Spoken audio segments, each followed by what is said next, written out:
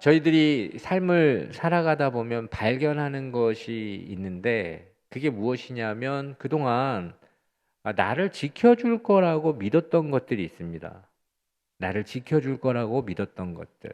그리고 나를 그래도 지켜줄 거라고 생각했던 것들이 계속 우리에게 목록처럼 떠오를 때가 있습니다. 이게 필요하고 저게 필요하고. 그런데 사실 그것들이 나를 지켜주지 못한다는 것과 그렇지 못했다는 것을 어느 날 문득 깨닫게 됩니다. 여러분, 그것이 우리가 삶을 살아가면서 발견할 때가 참 많습니다. 살아오면서 우리는 저마다 나름대로 삶의 어떤 안전장치들을 만들고 삽니다. 그 안전장치가 무엇이냐? 안정적인 직장이라든지 일터. 그게 있으면 나는 그래도 그것들이 날 지켜주지 않을까. 어려울 때 나를 도와줄 수 있는 관계들 있지 않습니까? 그 관계가 나를 지켜줄 거라는 생각. 살아가면서 축적한 나만의 이력, 아니면 노하우, 뭐 이런 것들이 사실 우리를 지켜줄 거라고 생각하고 안전장치들을 만듭니다. 그러나 인생은 우리가 만들어 놓은 그 안전선 밖에서 당황하고 있는 우리를 자주 만나게 합니다. 그 안전장치들 밖에. 이게 나를 지켜주지 못하는구나. 라는 걸 깨닫는 순간. 그것이 나를 지켜줄 수 없다는 것을 알게 되는 것. 그것이 나를 정말 지켜주지 못할 뿐만 아니라, 지키지 못했구나라는 걸 깨닫게 되는 것. 그때 우리는 질문하게 됩니다. 어떤 질문이냐면, 그동안 그럼 나는 무엇을 붙잡고 살았을까? 그동안 나는 그럼 무엇을 의지하면서 여기까지 온 걸까? 그동안 나는 무엇이 나의 도움이라고 믿고 살았을까? 여러분, 이런 질문을 하게 됩니다. 근데 이 질문은 여러분 신앙이 없는 사람만 하는 질문이 아닙니다. 이 질문은 믿음으로 살아온 당신에게도 반드시 찾아오는 질문입니다. 저는 이 말씀을 준비하다가 여러분들과 함께 생각해 보길 원하는 인물이 한 명 생각났는데 그 인물이 누구냐면 바로 야곱입니다. 여러분, 야곱은 성경에서 우리에게 무엇을 보여주냐? 항상 움켜쥐는 자, 놓지 않았던 사람으로 아주 유명합니다. 그 사람 집착이 대단했고 그 집착이 열정이 굉장했습니다. 태어날 때부터 그 사람은 어떻게 태어났느냐? 쌍둥이로 태어났는데 쌍둥이 형의 발 뒤꿈치를 잡고 태어납니다. 언제나 자신에게 없었던 아버지 사랑을 원했지만 사랑받지 못했던 그는 자신에게 없었던 그 장자권으로 인해서 그런 결과가 주어졌다고 생각하고 장자권을 얻기 위해 기회를 노립니다. 그리고 기회가 오자 아버지조차도 속이고 그 장자권을 움켜쥡니다.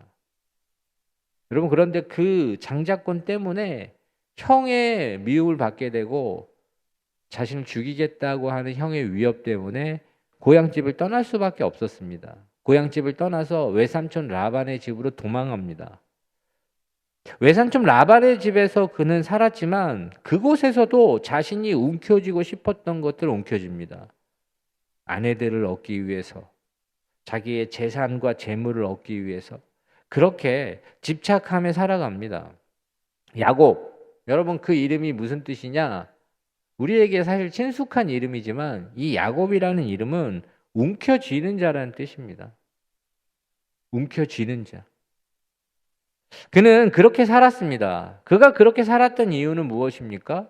자신에게 없던 그것을 내가 움켜쥘 수 있다면 그것들이 나를 지켜줄 수 있다라고 생각했기 때문에 그는 그렇게 산 겁니다. 그렇게 살았던 야곱을 하나님께서는 약속하신 대로 다시 가나안 땅으로 돌려보내 주시고 그를 인도하십니다. 그냥 간 것이 아니라 하나님의 말씀을 따라갑니다. 하나님의 말씀을 따라가는데도 이 야곱에게 있어서 지워지지 않는 게 있는데 불안함과 초조함입니다. 그는 하나님의 말씀에 따라서 가고 있는데도 불안하고 초조합니다. 이유는 장자였던 형, 그 에서를 만나야 되기 때문이었고, 그 에서의 분노가 그동안 자신을 지켜줄 거라고 믿고 모아온 이 재산과 아내와 자녀들을 모두 잃을 것 같은 그 두려움이 그를 그렇게 만드는 겁니다. 결국 그는 이 야복강가라고 하는 곳에 멈춰 서게 됩니다.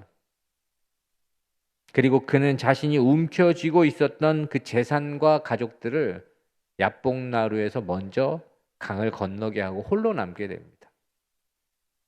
홀로 남았던 야곱이 그때서야 깨닫는 것이 있는데 그게 무엇이냐면 그토록 자신이 움켜쥐었던 그 장자권이 자신을 지켜주지 못한다는 거.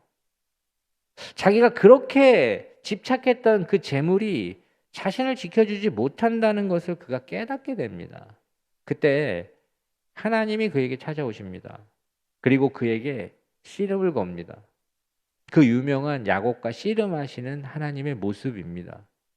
야곱은 언제나 그랬듯이 이 씨름이 찾아오자 치열하게 상대방을 움켜쥡니다. 여기서 밀리면 끝이라고 하는 생각.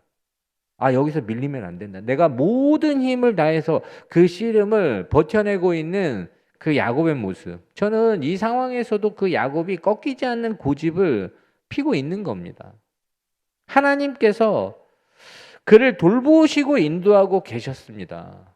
사실은 그의 모든 삶의 여정 속에 하나님의 돌보심과 인도하심은 계속됐습니다. 그러나 야곱은 여전히 자신이 움켜쥐고 있는 것들을 놓지 못합니다.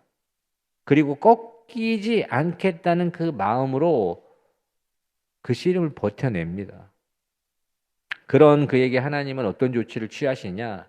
그 허벅지 관절이라고 표현하는 그 골반의 좌우의 한 쌍의 뼈, 예전의 성경의 번역은 환도뼈라는 표현을 합니다. 그 환도뼈를 하나님은 내리치십니다. 환도뼈를 꺾으시는 하나님의 의도는 무엇입니까? 하나님의 의도는 분명합니다. 그 씨름을 지탱하고자 안간힘을 쓰는 야곱에게 네가 진짜 의지해야 되는 것이 무엇인지를 말씀하고 계신 겁니다.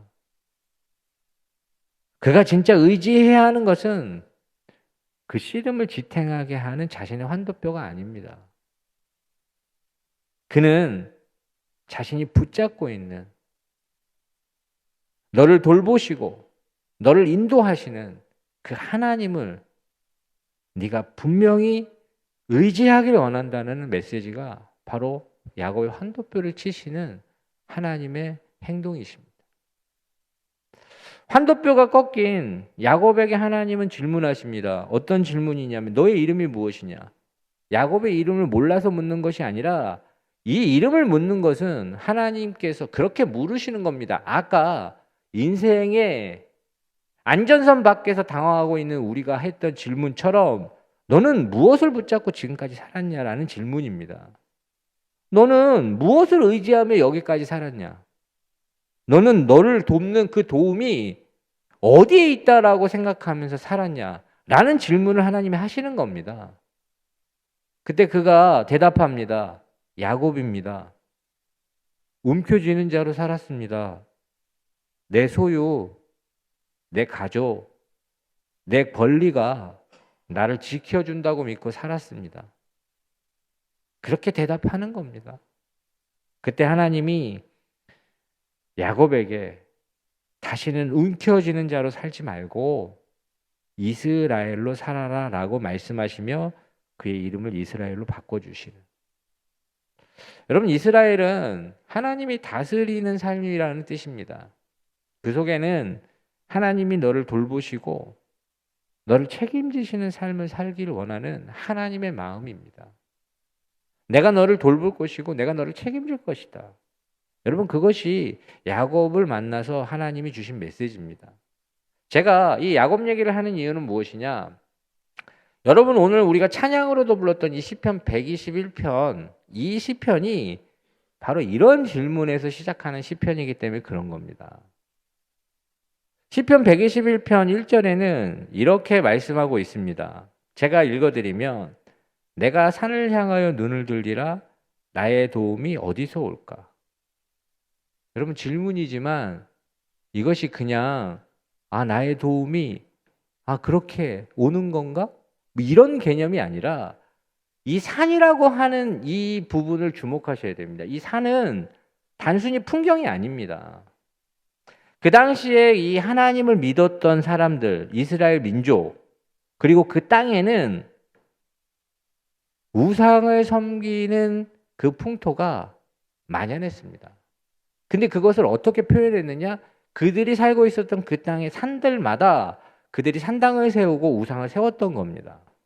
여러분, 그래서 열왕기상하나 역대상하를 보면 끊임없이 이스라엘이 그 산당의 문제를 제거하지 못한 그 지적이 계속 나옵니다. 그들은 하나님도 섬기지만 우상도 포기하지 못했던 겁니다. 마치 이 땅을 살아가는 많은 사람들이 저마다 자신이 의지하고 싶은 것들을 그렇게 의지하며 살듯이 그들이 산 위에다가 그걸 올려놓으며 살았던 겁니다. 왜 그렇게 했습니까? 왜 그들이 우상을 그렇게 섬겼다고 생각하십니까? 다른 이유가 아닙니다. 그것들이 자신을 풍요롭게 한다라고 생각했고, 그것들이 자신을 안전하게 지킨다고 생각했고, 그것들이 자신의 성공과 번영을 지켜준다고 생각한 겁니다.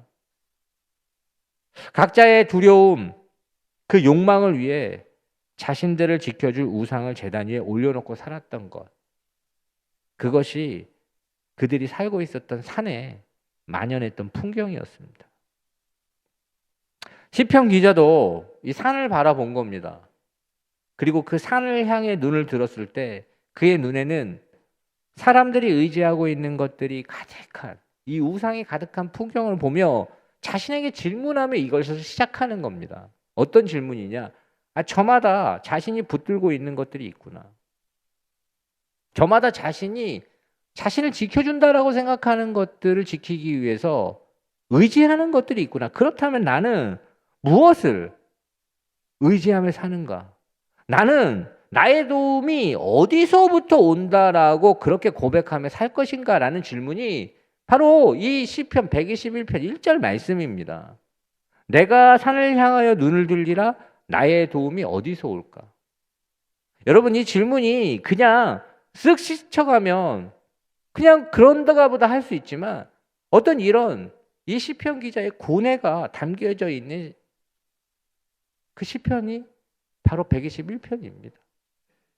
여러분, 저는 그렇게 우리는 이 질문으로 시작하는 이 시편을 통해서 우리도 질문해 봐야 됩니다. 여러분은 과연 무엇을 붙들고 사십니까? 무엇이 여러분을 돕는다고 생각하며 사십니까? 여러분, 근데 이 질문이 곧 신앙입니다. 이 질문이 우리에게 무엇을 고백하게 하느냐, 내가 무엇을 의지하느냐, 내 도움이 어디서부터 오느냐라는 고백이 이 속에서 나오기 때문에 여러분, 이것이 신앙이고 이것이 믿음입니다. 그렇기에 저는 이 시편 기자의 분명한 고백을 우리도 함께 읽어보길 원합니다. 시편 121편 2절 말씀이 나옵니다. 한 목소리로 읽어보도록 하겠습니다. 나의 도움은 천지를 지으신 여호와에게서로다. 아멘. 짧은 고백이지만 여러분, 그가 고백하는 게 무엇이냐? 나의 도움은 산에서 내가 본 것, 그런 것들이 나를 돕지 않는다라고 그가 고백하는 겁니다. 사람들이 붙들고 있는 그것이 나를 돕지 않는다라고 고백하는 겁니다. 그는 무엇을 고백합니까? 나의 도움은 이 천지를 지으신 창조주 하나님께로부터 온다라는 고백. 여러분도 이 고백을 하십니까? 고백하시길 저는 축원합니다. 여러분, 하나님은 산 위에 올려진 어떤 우상 같은 존재가 아닙니다. 하나님 어떤 분이시냐? 여러분, 그 산을 만드신 분. 천지를 지으신 하나님은 우리가 생각하는 그런 상황과 환경에 갇혀 계신 분이 아닙니다. 상황을 만드시는 분입니다. 하나님께서 언제나 무엇을 별명처럼 갖고 계시느냐? 길을 만드시는 분. 광야의 세계를 만드시는 분. 바다에 길을 내시는 분. 없는 것을 있는 것처럼 죽은 것을 살리시는, 여러분, 그분이 우리 하나님이십니다.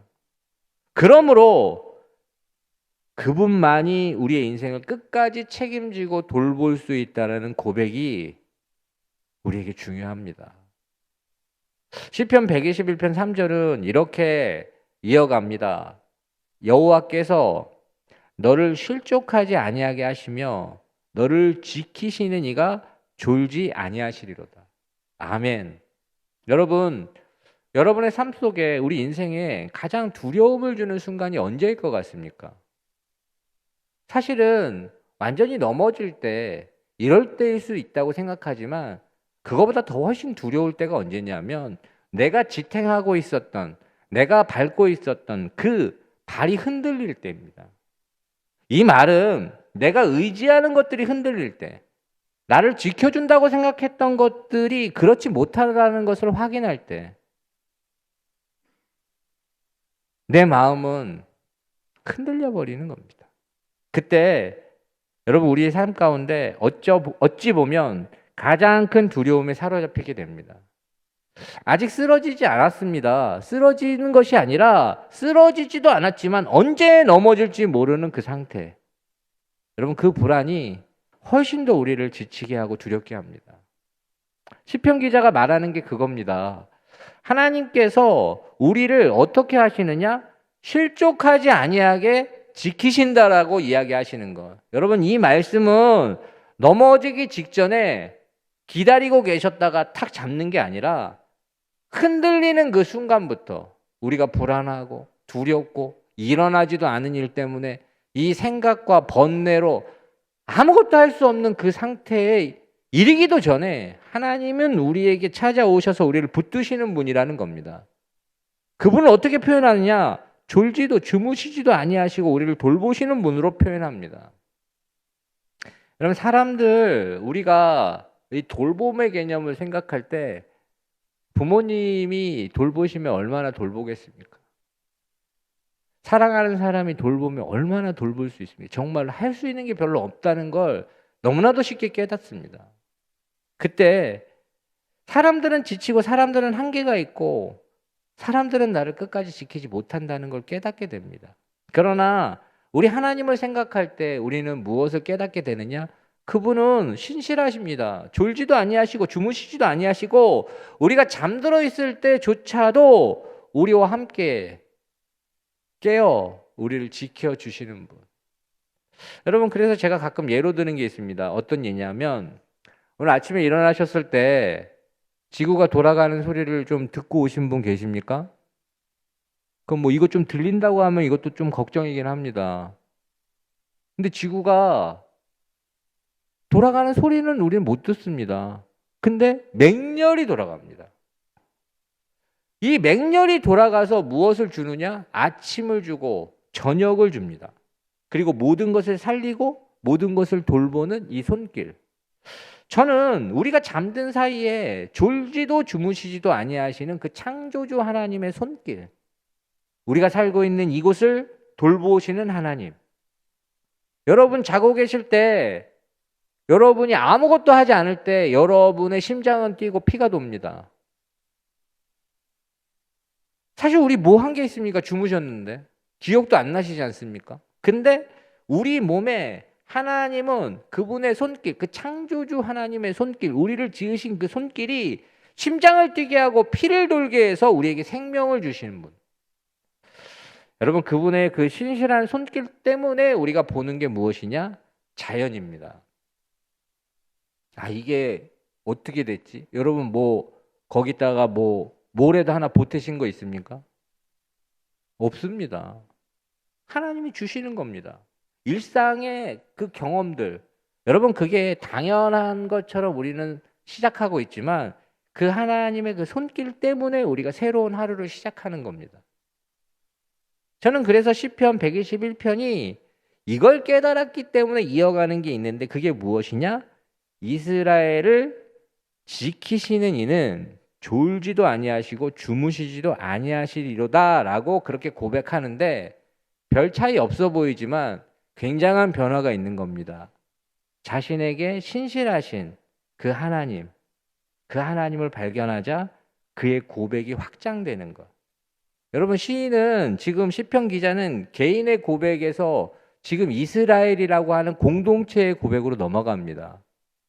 저는 이게 왜 중요하냐? 당신만 지키는 분이 아니라는 겁니다. 이스라엘 전체를 지키시는 분, 이분이 하나님이신데 이 말은 무엇이냐? 당신을 지키다가 지쳐서 당신이 사랑하는 그 사람을 놓치는 분이 아니라는 겁니다. 우리는 우리 자신이 한계가 있기 때문에 사실 다 해주고 싶어도 다 못합니다. 그러나 하나님은 나를 지키시는 분이기에 무엇을 지키실 수 있는 분이냐? 내 사랑하는 자녀. 내가 그렇게 애틋하게 여기는 자녀. 내가 그렇게 지키고 싶은 가정. 내가 그렇게 사랑하고 싶은 교회. 그리고 이 나라, 이 민족도 지키시는 분입니다. 여러분 자녀들 바라볼 때 어떠십니까? 애틋하고 좋지만 사실 그 아이들이 불안하고 두렵게 할 때도 있습니다. 어떻게 될까? 어떻게 될까? 여러분 그런데 하나님께서 이 고백 위에 하고자 하시는 메시지는 무엇이냐? 너를 여기까지 내가 지켰다면 네가 사랑하는 그 아이를 내가 포기하겠느냐? 내가 그 아이도 지킨다. 나는 하나님이다라는 그 말씀. 여러분 저도 저희 아이들을 볼 때 제가 저 아이들에게 해줄 수 있는 것도 없고 저 못 지킵니다. 그러나 한 가지 확신은 무엇이냐? 나를 여기까지 인도하셨는데 나를 여기까지 돌보시고 지키셨는데 저 아이들도 지키시고 보호하실 거라고 저는 믿습니다. 여러분 그렇기에 수많은 인생과 역사를 동시에 하나님은 돌보시지만 그분은 하나님이시기에 한 사람도 놓치지 않습니다. 한순간도 놓치지 않습니다. 그래서 시편 121편은 이렇게 그 돌보시는 하나님을 표현합니다. 5절입니다. 여호와는 너를 지키시는 이시라 여호와께서 내 오른쪽에서 내 그늘이 되시나니. 아멘. 여러분 그렇게 자신을 돌보시는 하나님은 어디 계시느냐? 당신의 오른편에 곁에 계신다는 겁니다. 우리는 하나님이 능력이 크신 분인 걸 알고 있고 천지의 창조주이신 걸 알고 있습니다. 그런데 지금 당신의 곁에 없다면 그게 무슨 소용입니까? 근데 하나님은 그렇지 않다는 겁니다. 하나님은 여러분을 지켜만 보시는 분이 아닙니다. 멀리서 응원하는 분이 아닙니다. 오른쪽에 서서 당신의 그늘이 되어주시는 분. 그늘은 눈에 띄지 않을 수 있습니다. 그렇지만 그늘이 없으면 그 장렬한 태양에서 버틸 수 없습니다. 여러분이 여기까지 오신 게 여러분이 다 잘해서 오신 것 같지만 하나님이 여러분 우편에 그늘 되어 주셔서 오신 겁니다. 하나님이 여러분들과 함께 해 주셔서 여기까지 오신 겁니다. 티가 안 났을 뿐입니다. 그러나 보호하고 계셨고 조용했을 뿐입니다. 그러나 함께 해 주셨던 겁니다. 시편 121편 6절 말씀에 그래서 이렇게 고백합니다. 낮에 해가 너를 상하지 아니하며 밤의 달도 너를 해치 아니하리로다. 아멘. 여러분 이 말은 언제나 어느 순간에나 보이든 보이지 않든 모든 것들 통해서 하나님은 너와 함께 하실 거라는 말씀. 여러분 그들이 살고 있었던 이 중동 지역의 해는 무엇이냐면 눈에 보이는 위험입니다. 장렬한 태양, 서 있을 수도 없는 그 태양. 그러나 밤에 이 달은 무엇을 뜻합니까? 보이지 않는 위협입니다. 자신이 볼 수 없지만 자신을 조여오고 있는 어떤 그런 위협들. 그러나 하나님께서는 무엇을 이야기하시느냐? 다 알고 계시며 설명하지 않으시지만 그 우리의 두려움까지도 해결해 주시는 분. 낮의 해와 밤의 달이라는 건 여러분이 아는 것, 모르는 것, 눈에 보이는 것, 보이지 않는 것, 그 모든 것들을 하나님께서 여러분들에게 위협이 되지 않을 수 있도록 보호하고 계신다는 겁니다. 그렇기에 시편 121편은 이렇게 고백합니다. 여호와께서 너를 지켜 모든 환난을 명쾌하시며 또 내 영혼을 지키시리로다. 아멘. 이 말씀 속에서 가장 중요한 건 무엇이냐? 영혼을 지킨다는 겁니다. 환경은 흔들릴 수 있지 않습니까? 상황은 우리 뜻대로 안 됩니다. 환경은 우리 생각처럼 진행이 안 됩니다. 그러나 하나님은 무엇을 약속하시느냐? 너의 영혼은 무너지지 않게 나는 반드시 너를 지킬 것이다. 여러분, 그렇기에 우리가 기억해야 될 건 무엇이냐? 우리 삶에 환난이 없다라는 말씀을 하나님 하지 않으십니다. 환난은 있습니다. 위기도 있습니다. 고통도 현실입니다. 여러분, 예수님 믿는다고 해서 이 모든 것에 면죄부나 무풍지대가 있는 건 아니지 않습니까? 아파요. 우리도 힘듭니다. 고통의 현실 속에 있습니다. 그러나 하나님께서 무엇을 약속하시느냐? 환난을 경험하지 않겠다고 하신 약속이 아니라 환난 속에서도 지키시겠다는 약속. 여러분, 그것이 이 약속입니다. 그렇기에 시편 121편은 이렇게 마무리합니다. 8절에 여호와께서 너의 출입을 지금부터 영원까지 지키시리로다. 아멘. 여러분, 일상의 모든 순간이 출입입니다. 여러분이 잘 할 때도 있고 못할 때도 있지 않습니까? 컨디션이 좋을 때도 있고 안 좋을 때도 있지 않습니까? 믿음도 올라갈 때가 있고 내려올 때가 있지 않습니까? 그러나 하나님은 그 모든 시간에 당신을 지키시겠다는 겁니다. 우리는 내가 잘하면 하나님 나 지키시고 내가 잘 못하면 하나님께서 얘 좀 혼나야겠네? 이렇게 생각하실 수도 있습니다. 그런데 나갈 때나 들어올 때, 시작할 때나 마무리할 때 지금부터 영원까지라는 그 말씀에는 조건이 없습니다. 기한 제한이 없는 겁니다. 상황에 따라 바뀌지 않습니다. 모든 순간에 하나님이 우리를 지키시고 돌보신다는 말씀입니다. 저는 이 말씀을 여러분들이 깊이 새기시고 이 말씀을 우리 삶으로 가져와야 합니다. 여러분, 이 찬양, 우리 아까 강동현 목사님 불러주신 이 찬양이 이렇게 사랑받는 이유가 무엇입니까? 우리 가슴에 꽂히기 때문에, 우리의 심령에 찾아오기 때문에 그런 거 아니겠습니까? 여러분, 그렇다면 이 말씀을 여러분의 삶으로 가져오셔야 되는데 그때 무엇을 봐야 되냐면 우리 인생, 이 땅을 살아가는 모든 사람들은 각자의 산 위에 세운 그 무언가를 바라보며 살고 있습니다. 산 위에 그 세운 그 무엇인가, 그것이 우리의 우상입니다. 어떤 이는 경제적인 풍요를 바라봅니다. 네, 자본주의 사회에서 필요합니다. 어떤 이는 사회적 성공과 명예를 바라봅니다. 네, 한 번뿐인 삶 잘 살아야죠. 어떤 이는 관계와 자녀와 가족을 바라봅니다. 다 없어져도 이건 없어지지 않을 것 같은 어떤 그런 기대들. 여러분, 근데 그걸 바라보는 게 나쁘다는 게 아닙니다. 바라보는 게 문제가 아니라 거기서 도움을 기대는 게 문제인 겁니다. 왜냐? 그것들이 우리를 지켜주지 못하기 때문에. 시편 121편은 이렇게 말합니다. 산을 향하여 눈을 드는데 그 도움이 네가 구하는, 당신이 구하는 그 도움이 거기서 나오지 않는다. 오직 창조주 하나님께서 너를 돌보시고 지키신다. 여러분, 그것이 시편 121편의 결론입니다. 여러분, 그럴 때 우리도 우리 자신에게 이 말씀을 통해서 물어봐야 됩니다. 여러분, 지금 혹시 불안한 부분이 있습니까? 여러분을 불안하게 하는 어떤 그 부분, 여러분을 두렵게 하는 부분이 있습니까? 여러분, 그렇다면 그 이유가 무엇입니까? 왜 그걸 두려워하고 왜 불안해 하십니까? 그때 우리는 물어봐야 됩니다. 내가 왜 그것을 두려워하는지, 왜 내가 그것을 불안해하는지, 그 속에는 무엇을 발견하게 되느냐?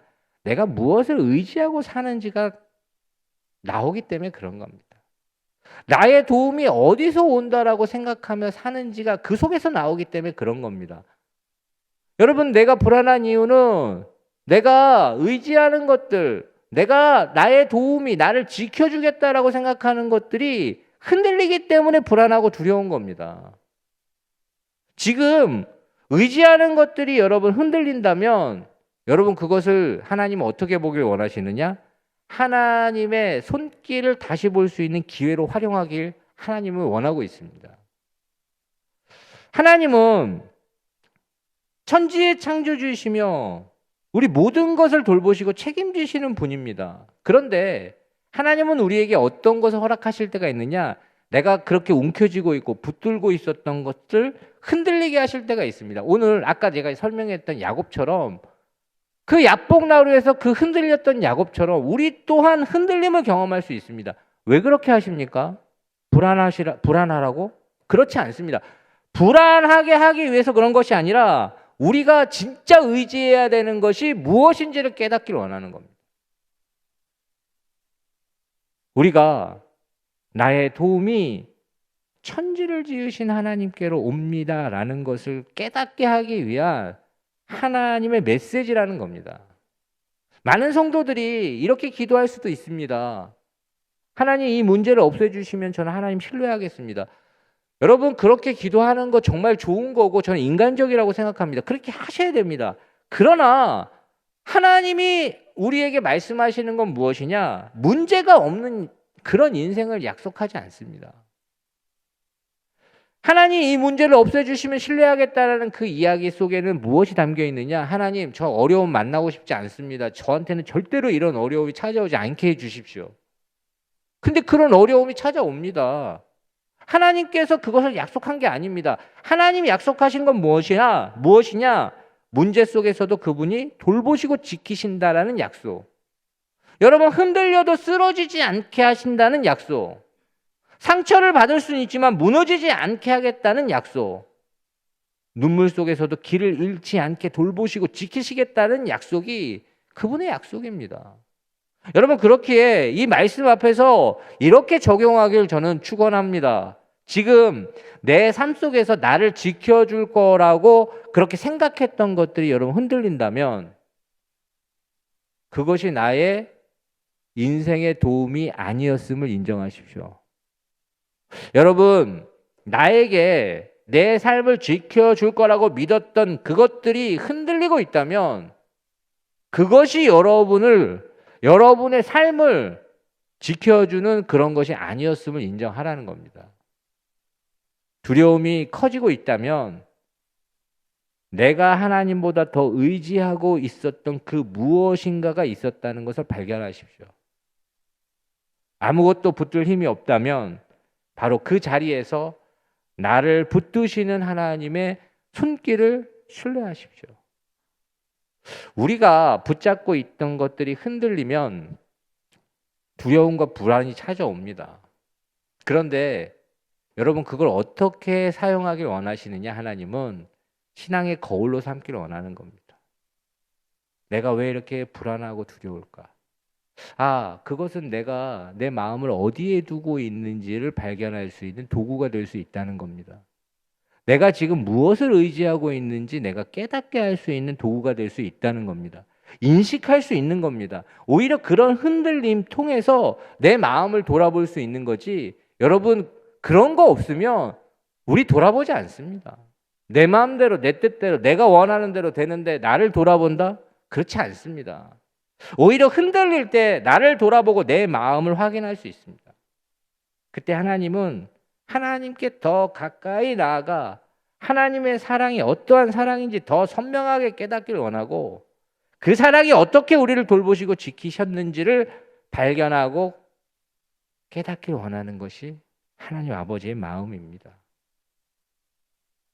시편 121편은 우리에게 사실은 명령도 아니고 요구도 아닙니다.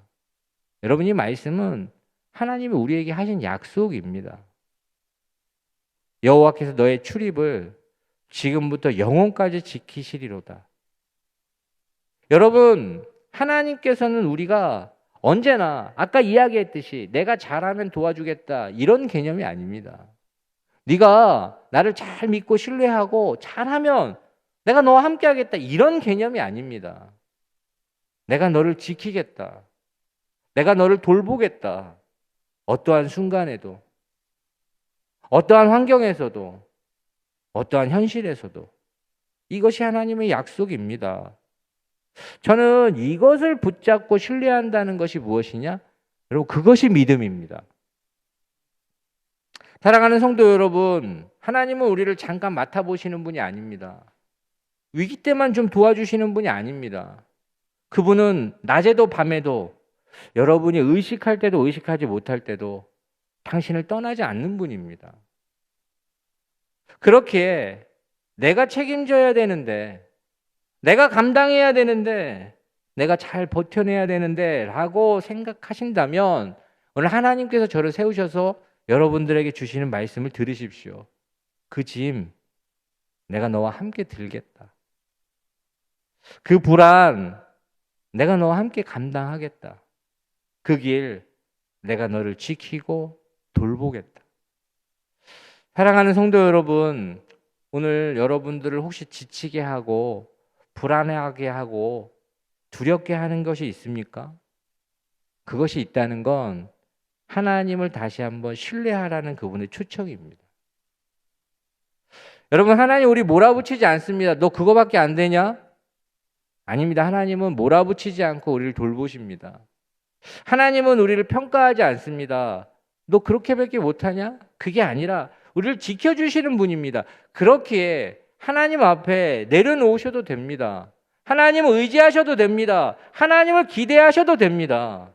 저는 오늘 우리가 이렇게 고백하길 원합니다. 하나님, 제가 저 자신을 지키려 했습니다. 근데 그게 안 된다는 걸 깨닫습니다.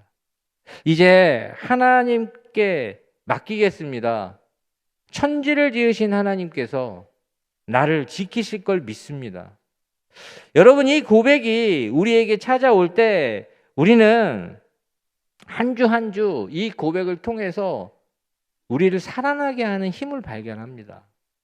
여러분, 인생이 끝날 때까지 이 믿음을 붙잡고 사셔야 저는 여러분들의 인생을 힘있고 능력 있게 살 수 있다고 믿습니다. 여러분, 한 해를 마무리하는 거의 마지막 시점에 와 있습니다. 여러분, 뭘 의지하면서 사셨습니까? 여러분, 뭘 붙잡고 사셨습니까? 그것이 여러분을 지킬 수 있었다고 생각하십니까? 오늘 하나님 말씀하십니다. 내가 너를 세상 끝날까지 지킬 거고 돌볼 거다. 오늘 하나님의 그 음성으로 우리에게 평강이 임할 수 있기를 주의 이름으로 축원합니다. 기도하겠습니다. 하나님, 오늘 이 시간 기도합니다. 하나님, 오늘 우리가 무엇을 의지했는지, 무엇을 붙잡고 살았는지 보게 하여 주시옵소서.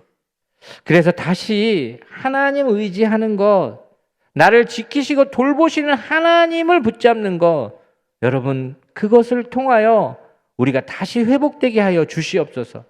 오늘 성령 하나님 독수리 날개쳐 올라가듯 새 힘이 그런 고백을 통해서 우리에게 나타나게 하여 주시고, 기도하는 모든 주의 자녀들에게 기도의 능력을, 예배하는 모든 주의 자녀들에게 예배의 기쁨과 감격이 임하게 하여 주시옵소서. 예수님의 이름으로 간절히 기도드리옵나이다. 아멘.